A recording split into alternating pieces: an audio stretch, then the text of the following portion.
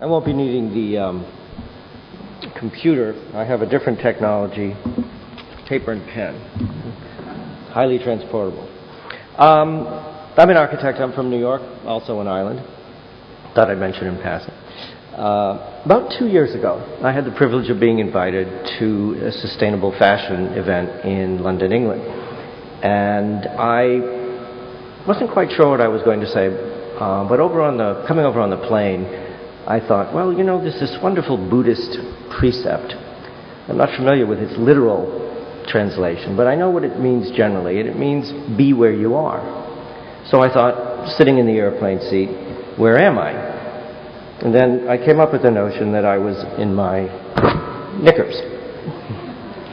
And I use that as a way of sort of getting at the world. That is, in order to understand the world, if you want to be super local, if you will, you need to start with your own butt. Where is it, and what's it doing? So, and I'm not going to spend too much time on this because a lot of you were there in London, but generally the idea is that your knickers are made of fabric or, in many instances, petroleum. They're products that are either literally petroleum or they're processed using petroleum. And the seat you're in probably has a large amount of petroleum in it. The room we're in, the paints, the lights, and so forth, in one way or another, generally are fueled, manufactured, delivered to us using fossil fuels. So where are you when you're in your knickers? You're in a great, large vat of petroleum. Now, the problem with petroleum is it's very efficient. Every barrel of it has 22,000 man-hours. 22,000 hours of labor in each barrel of oil. And it costs about $100. Now, where the heck can you get 22,000 guys to work for an hour for $100? Not each, but collectively. You can't. So it's a very seductive sort of drug that we all take every day. We've got a great dealer for this drug, and it's the global economy. Okay, so 2 years later, I'm at the Sri Lanka Design Festival, and again I say, where are we? Well, we're still in our knickers. But what have we learned in 2 years? Well, we've learned that it doesn't work. The global economy has collapsed, and while demand for petroleum is down a bit now, when it goes back up, the question is going to be, can we afford it? And the answer is probably going to be, for many, many people and many, many nations, we can't. Because our Visa cards have run out, or the interest on them is 25%. So, we may not be able to buy our knickers, or if we do, we may owe interest on them from now until the day we die. So we've got a problem.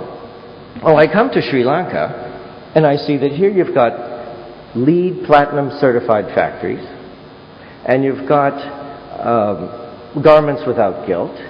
And I say, you know, wow, in 2 years since I was in London, Sri Lanka has peace, and they beat many Western industrialized nations at their own game in terms of sustainability. I think that's why you're all smiling all the time. Whenever I look around, from the airplane to when we were greeted here, everyone has a big Sri Lanka grin. That's what I think. If you could bottle that, you'd really have something you could sell. Okay, so what do I have to tell you when you beat me at my own game? I don't know, really. So I thought, well, what can I tell you? And I thought, well, what have I been doing? Where's my butt been over the last 6 weeks or so? And how does that relate to what you're doing, possibly? The best thing I can do is just tell you what I, as an architect, engaged in this process of sustainability for over 30 years, what my clients are asking of me. Now that goes to a point, I think, that was mentioned by Sir Colin, and I have to say, in this room, you'll always be Sir Colin to us. But you mentioned the word model.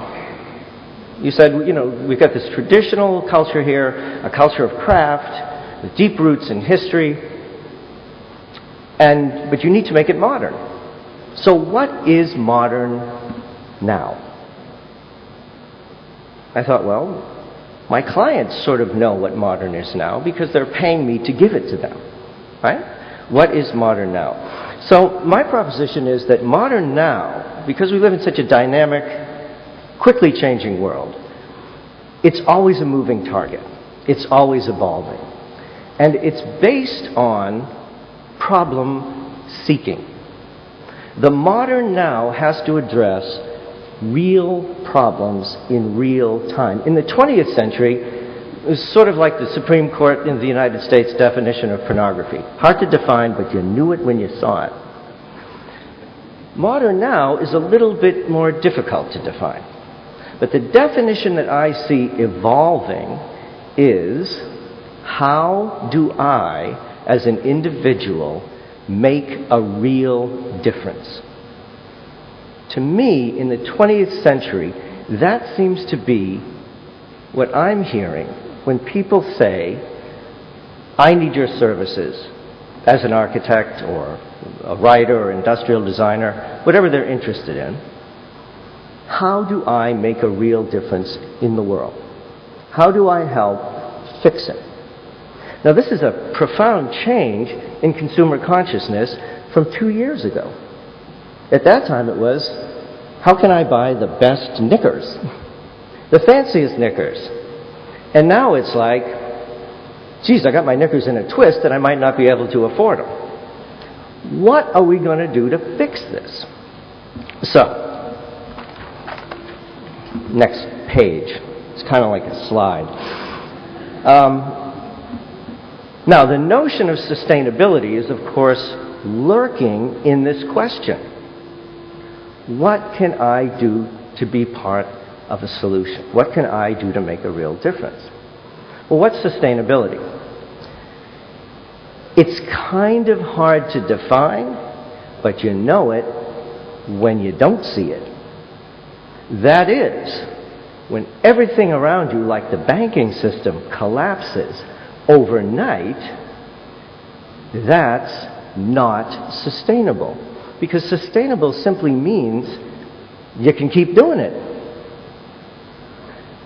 Banking, economics, tied to the bath of petroleum that we live in, you just can't keep doing it because the petroleum's going to run out.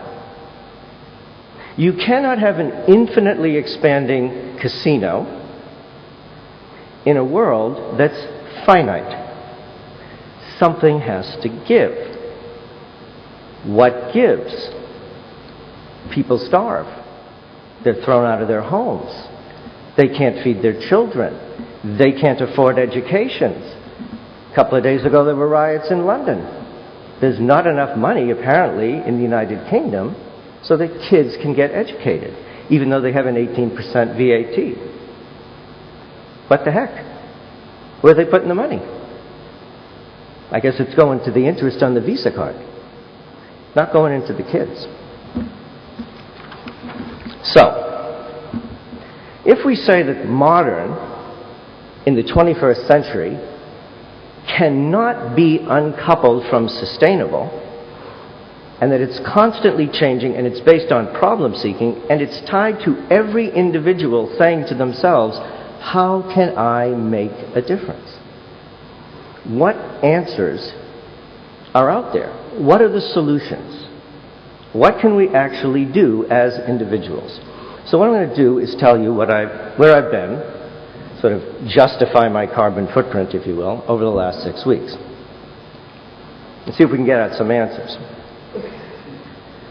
Well, about 6 weeks ago, I was in San Francisco, California, and I was talking to some people, and what they were talking about was energy consciousness.